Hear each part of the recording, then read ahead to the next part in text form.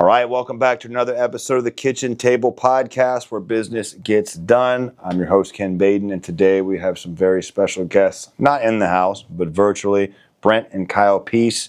Guys, how are you today? We're doing great, and how are you? Awesome, man. I was just telling you guys how I'm a little extra snug, and so if you see me fidgeting a lot, it's because my button's getting ready to scream and pop off. I must have eaten too much today, but other than that, I'm good, man. Other than maybe gaining a couple pounds overnight, I'm good. Thank you so much for asking. Where are you guys calling in from, and what's the weather like there? It's currently monsooning here in Maryland. Not literally, but it's pretty bad.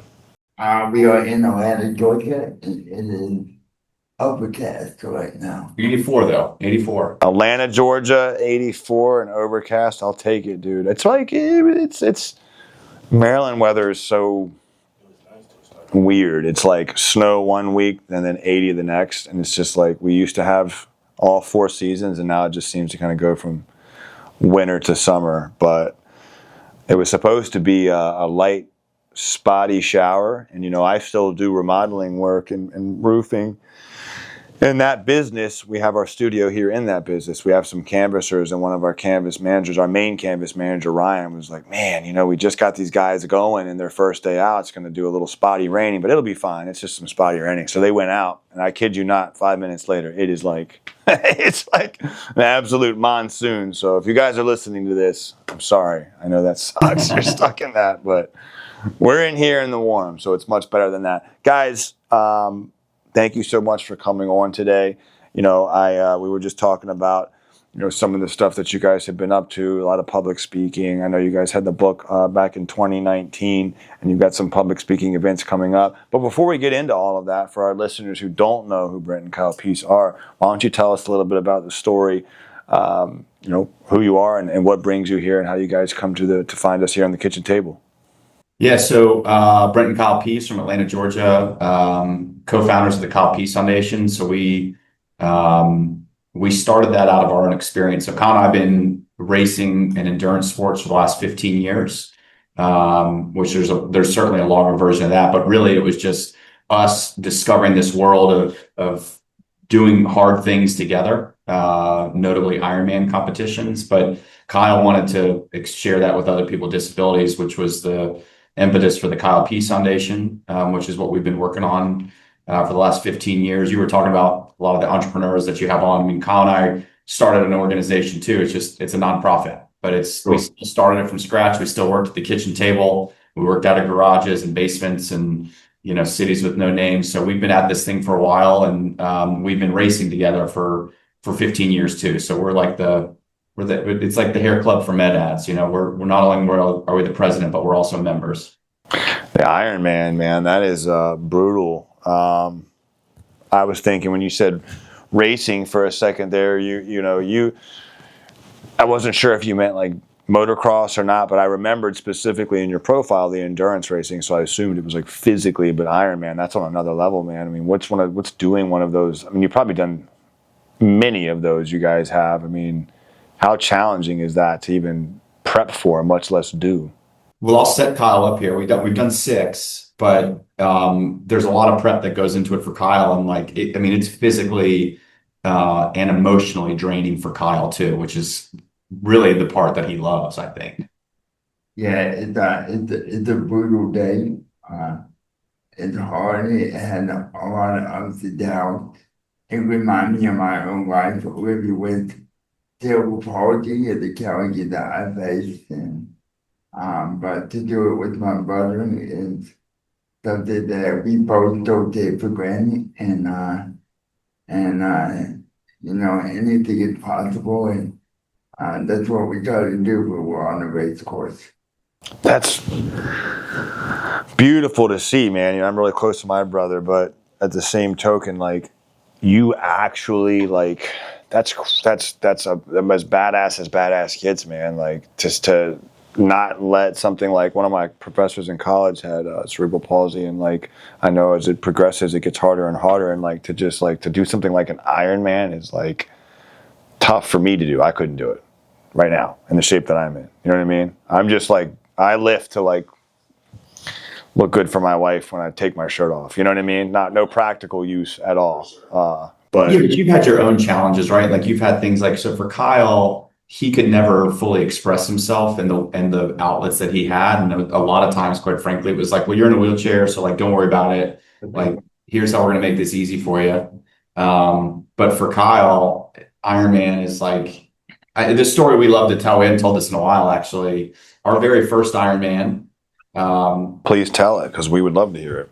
We couldn't find Kyle's wheelchair after the race. There was just some confusion. And I was like, just throw him in the car. We got to get out of here. And we laid the seats down. And we just laid him in the back of this SUV. And as we were closing the hatch, he passed out. Like he was so exhausted. We'd been racing for 15 hours. We'd been up since like 3 a.m. You know, it was a brutal day. It's like what Ironman is. And I just remember smiling when we closed the hatch. I was like, that's perfect. It's exactly what's supposed to happen. He should be utterly spent right now. That's badass, man. So passed out, but passed out from physical exhaustion, not like. That's right. Yeah, exactly. That's amazing, man. So are you guys doing another one coming up? Well, the last time we said never, we did 3 more. So we don't have anything on the horizon. No, nothing on the horizon. That door is a little bit open though, so I cannot deny, nor can I confirm. You said the door's a little bit open. It sounds like that door is starting to swing open a little bit more and more each day. You didn't say no, so I have a feeling. Is that kind of how it is though, man? Is it like, Kyle, for you, is it like, I don't know, like what's that like? Is it something where you find yourself, well, I'll speak for myself, and I'm not anywhere near as badass as you, but, I come from a place of just, self-inflicted car accident, pain pills, and you can write the rest of the story, right? So like, and it went as low as it could possibly low. Like that might be the only difference or unique thing is however dark you think it could have gone, felony, robbery, homelessness, completely burnt every bridge, having to rebuild that over and over and over. That's what I went through, but that pales in comparison. Like I had all my faculties. Many would argue like, well, you chose to do that. And I did, man. I did. I chose to put those substances in me. I don't know why I am the way that I am or why people with addiction are the way they are, but it's irrelevant. Thankfully I have an outlet for it now, which is a 12-step community. And I also lift and do things like that helps. But I can't imagine like, well, let me clarify what I was getting at. What I'm getting at is now what I find is when I get really frustrated in business or and business too seems to kind of like parallel a lot to some of those things that like by taking this outlet that is business or any use of my time that's constructive and putting the tenacity that it takes to live the way I was living into business or helping people, recovery, whatever, I have success. But even with that, there's always going to be setbacks. Shit's never going to go your way. And in business especially, it's like, you've got to spend money to make money. You've got to try new things. If you want to grow, like I always want to be growing. And so I'm always constantly trying to get uncomfortable. And that sense, when things really kick my ass, I'm more motivated to like, all right, fuck this. Like when complacency kicks in, excuse my language, but when I get passionate, I tend to cuss. So I'll have to forgive me. But when things start to get like, uncomfortable in a way of like complacency, or I start to feel that like things are going bad around me, whether it's business or otherwise, I at least know to like, all right, like F this, we're going to go get it. You know what I mean? Where like other people might be like, man, this sucks, I'm going to bail. I think that because of what I've gone through, I know that like, no way, dude, there's nothing that could ever be like what I went through before. And so like, we're going to put our nose down to the grindstone and we're going to go get this. Mm-hmm. Do you find that like you yourself now that like, you get, I don't know, bored or complacent, and then you want to challenge yourself like, no, dude, you know what? Is that maybe why that door is kind of open? Is just constantly wanting to push yourself, or just when you feel the calling to like want to step up and grow and be better, that that at least is an outlet to do it? Can you kind of elaborate on that? Yeah, so you made me think of something while you were sharing some of that, and we appreciate that. I want to just read you this quote that somebody sent me before my first Ironman. It says, "The Ironman changes us. It changes us beyond making us fitter, leaner, and aerobically superior. Of all the Ironman athletes I've talked to, not one of them said they would never do another. Not one. The compulsion, I believe, isn't in the exercise, it's in the emotion. The experience purges emotion in a way that improves our human condition and clarifies our existence. Kara Douglas, Tom. Wow. I mean, look, there's a lot of people in recovery that come to this sport, because I could see that. there's a compulsion to it. But the compulsion for me, I connect with that quote, and for Kyle too, is it's the way that it clarifies life for us, right? Like I get to see Kyle in as vulnerable a state as he can possibly be in. And this is coming from somebody who needs help living life, who needs help going to the bathroom and showering and just some of the simplest things that we take for granted. But Kyle has to see me in the most vulnerable state. I mean, the number of times I've walked out of the woods, literally and figuratively, and said to Kyle, I want to quit because it's so physically demanding for me. Like he's seen me say, hey, I put myself out here with you. I'm willing to fail. And it might get so hard that that's my main impulse, right? And in that moment, Kyle can say to me, okay, you can do this and help me through it.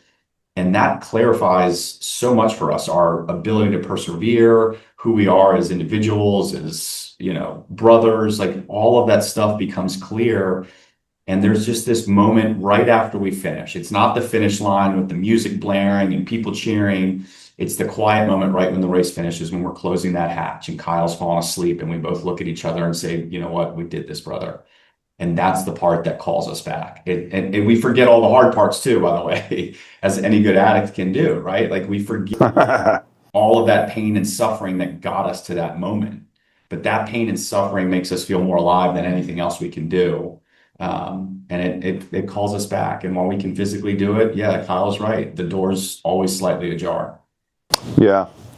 Yeah. Well, you got spot on knowledge of any good addict. We got a built-in forgetter. That's for damn sure. So. Well, I mean, I was a party animal, big time. I was gonna say I'm like, you have a lot of knowledge there, but I wasn't gonna go poking too deep. Well, so. We're not spilling any secrets, but our dad's in recovery. Okay, all right on. So then you're very familiar. Okay, Yeah, right familiar, and like I think I was probably one or two bad decisions away from being in a different place, but thankfully for me, one of those decisions was spending the last few dollars I had on a bicycle, and that's significantly changed it, but more so like just to let Kyle get to experience that too.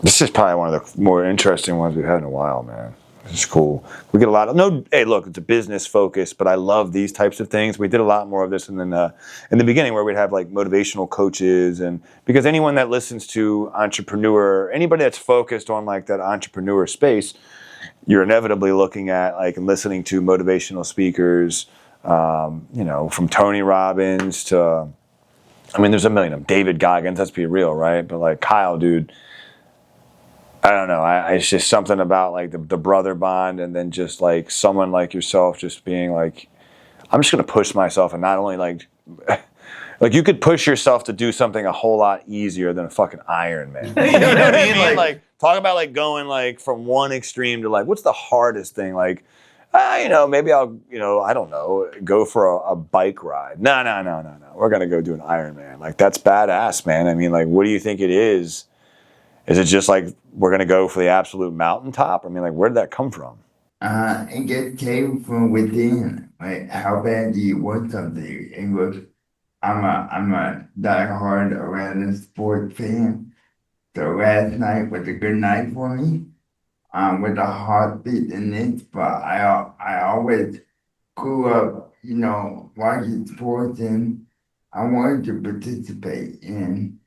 The Ironman is one sport that doesn't have a wheelchair before it. It's not. I'm not doing a wheelchair Ironman. I'm doing the Ironman. Like I get to start at the same starting line and all the other fit people, and I'm fit too. And then I get to stretch my body and make it go through the rigors of the sport, and then I get to celebrate at the finish line with my brother. And there's no. So you don't take any easy buttons, easy path. Like you're not doing like a Ironman asterisk. Like, you're doing all of the Ironman. I think it's really important that we clarify that, because I don't know that people listening or anyone watching, I would almost bet I wasn't sure until you said that, like, holy shit, man. Like, you're just doing what everyone's doing. Yeah, the whole thing, 2.4 in the water, 112 on the bike, and a marathon. Like, but it allows Kyle to fully express himself as an athlete too. Like, anybody who's ever confused about his athleticism just needs to come sit with us for 9 hours on the bike and watch what Kyle goes through and what he has to, like, somebody described it to us so well a few years ago, and they basically said, you know, I look at Brent and I think how physically demanding it must be to carry a human being for 15 hours. But then I look at Kyle and think, I can't imagine what it must be like to be that positive for 15 hours to keep you both in the game. Like, it's what happens. Like, I'm carrying a 125-pound human being for 15 hours. Like, at some point that's going to get hard. And when it does, Kyle has to go, hey man, it's not hard, or whatever he says to me or whatever keeps us on the ground. Like, sometimes it's the Goggins mentality. He's cussing at me, he's screaming at me. Hold up. Yeah. You're carrying your brother the whole time? I was trying to figure out the dynamics of this. That is fucking awesome. So he's in a You boat guys are like, swim, and the boat's tied to my waist, and I'll pull him through the water. We ride a 3-wheel bicycle that he sits in front, and I'm pushing the pedals, and then I push him in a chair for the run for 26.2 miles. Holy shit, dude. So that is really like the ultimate team. Like, you guys are like, truly are like a team. Yeah. Yeah, 100%. Mental, physical team. Yeah. That is badass, dude. Thank you. Thank you. Wow. Yeah, that's amazing, man. Damn. Who's the older brother? I got 2 years on Kyle. Yeah. Well, then that's even cooler, man. I know I'm the older brother too, so I know you know what I'm talking about. Yeah, for sure. My little brother is 6'5", couple pounds, probably 20 pounds more than me. So that'd be a lot. That'd be really tough for me to do. But if I had to do it, I'd do it in a heartbeat, dude. You know what I mean? But that's badass, man. I think. Do you have any? We would love to if you could get some like video of that over to our production team so we could put that on while we're talking. That'd be badass. You're a content machine, man. We can get you whatever you need. I was going to say, I'm like, do you have any? I'm like, I bet you they have 1 or 2 pieces of content. Yeah. Sorry. Yeah. That's beautiful, man. No, I was just thinking to myself, like, I'm pretty sure they have some content. So tell us about the book, man. So now that I have a full concept of how this all works, man, that's beautiful, beautiful, and amazing, man. I'm really, Roger, you guys can't see, but my, video production guys behind the camera, like, holy shit, you know what I mean? So we're both just like, this is really impressive. But hopefully if you're listening to this, man, you're just as, and if you're watching this, I know you are, but if you're listening, you got these 2 brothers, just sitting here, and you can tell they're brothers, but, I wasn't sure, like, the dynamic here, how that worked out. Either way, it's impressive, right? Because, Kyle is, if you know anybody with cerebral palsy, like, he's full in a wheelchair right now. Like he said, he needs help to do most things that we take for granted. The dude just obligates himself to a freaking Ironman, which is some psycho stuff, but I love it. I love it. But even cooler that his brother steps up to, like, cool, man, yeah, I got your back. Literally got your back. Let's do it. So that's awesome, man. So how'd the book come to be? Where did that come from? I know that was 2019, but for those who don't know, they have a book. Would you guys like to say the title of the book, or I can certainly say it, but Beyond the Finish. And just really wanted to put the story out there for people to connect with, but also to just, share our lives. I mean, everybody in the family's got a little piece of the book. We've got a 3rd brother who's not into Ironmans. Both our parents have a piece of the book, and there's just all these little stories about, growing up, living life with a disability, and what we've done with that, and all the different experiences. And it was just a personal memoir that we wanted to share with everybody and anybody who might connect or find something they resonate with. And I think that's a great, would you say it's like a motivational, it's something that, like, anybody could get something from? I would imagine it's going to fall in that motivational category, if anything to do with you guys. Yeah, Absolutely. Yeah. Check it out, man. If you're, I'm constantly looking for stuff to push. The Goggins stuff is cool, man. But something like this is just, it's such an interesting story. I mean, I don't feel like anyone's ever done anything like this. I mean, has anybody come to mind for you guys? There was a father and son that did it for a very long time out of Boston area, Rick and Dick Hoyt. There's a lot more people doing it today. I mean, when they did it, they were it. Like, they were the game. But I'll say that Kyle and I have done the Ironman World Championships, which is in Hawaii, which I brought a prop because I saw yours hanging out there. We made ourselves our own belt. Badass, dude. Two times Ironman World Two Champion. times, yeah. So we, Rick Hoyt, the son, and Dick, Rick and Kyle are the only two people to finish the Ironman World Championships the way he has. So just a really cool kind of connection point of what the path that they've created for us, and that, we've continued on with a few others as well. Wow, that's awesome, man. So what are you guys focused on these days? I mean, I know there's a lot of public speaking. Is that mainly, your focus? That's been a big part of the focus for us. Just want to get the story out there more, but also it's something that we both enjoy, and a way to just kind of further ourselves and continue to grow as individuals and as brothers. So, what does the public speaking do for you guys? I think it elevates the story and it gives audience a perspective so that they can overcome their own obstacles through perseverance and hope. mm-hmm. Yeah, that's amazing, man. I would think people who come to see you guys speak, and correct me if I'm wrong, but they should expect to feel motivated when they leave. Would that be a correct assessment? Yeah, absolutely. And if we did do that, then we did do our job. So if not, you didn't do your job. If they're not motivated, you guys didn't do your job. Exactly. correct. Oh, yeah. I love that, man. I used to be a big obsessive, like, what do you call those things, man? Like business groups, I don't know, masterminds, and going to all the things, man. I think I did that for like once a month, every month for a year, at least a year. I joined one, and my wife was like, okay, cool. If you're going to spend this much money, you're going to do everything they do. And so I did. And then I got kind of hooked on it, as any good addict does. Like you say, I kind of just did all the things. But the motivational stuff was my favorite, man. And I'd like to do some more public speaking myself in the future. I do some stuff now, but it's a lot more business related. It's not so much just, my story or anything like that. But kudos to you guys, man. I mean, you're really living the dream in terms of like, let me take this and what we've done, and like, now let's try to go and help some other people. And the more people you see, the more hands you shake, the more you guys have an opportunity to do that. What do you have upcoming? I know you guys have Richmond.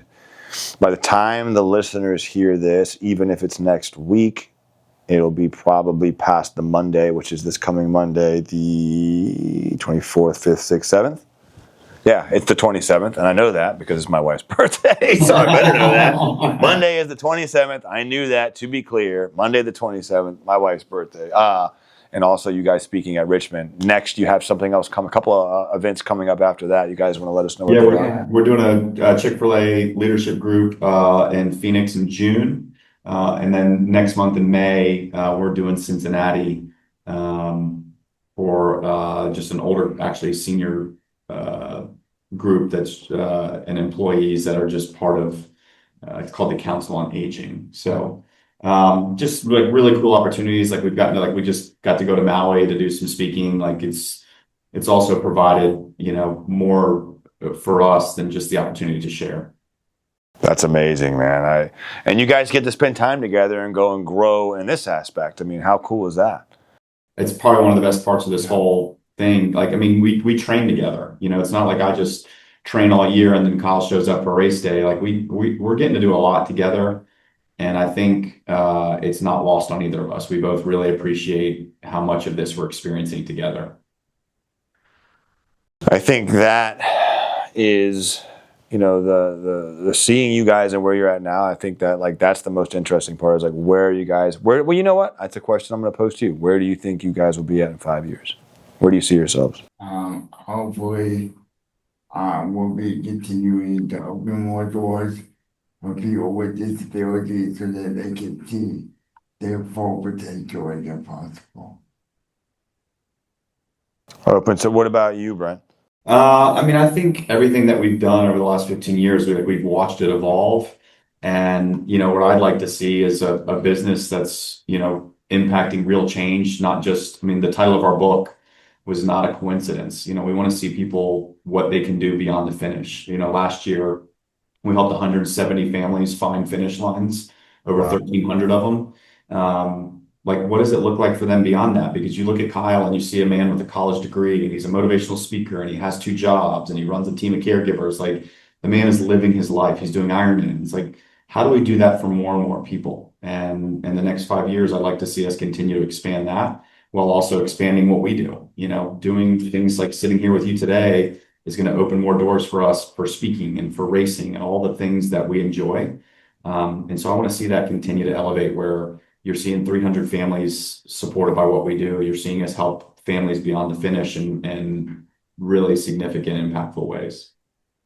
That's awesome, man. That's a hell of a 5-year plan. So for anyone who doesn't know or is looking for you guys and wants to see more about your story, wants to see some of that content that you were saying you guys have so much of, tell us where we can find you guys.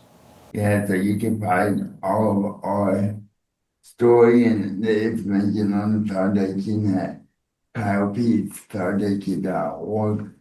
And that way you can connect with us on all of our social channels, and if you're so inclined, you can donate to our nonprofit.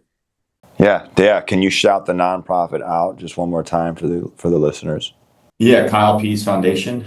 And then again, it's kylepeasefoundation.org, and you can connect with all of it. Social, buy the book, support us, follow along, join the newsletter. All of the good things are right there on that website. kylepeasefoundation.org. We'll put it in the show notes as well. Make sure you guys have access to that.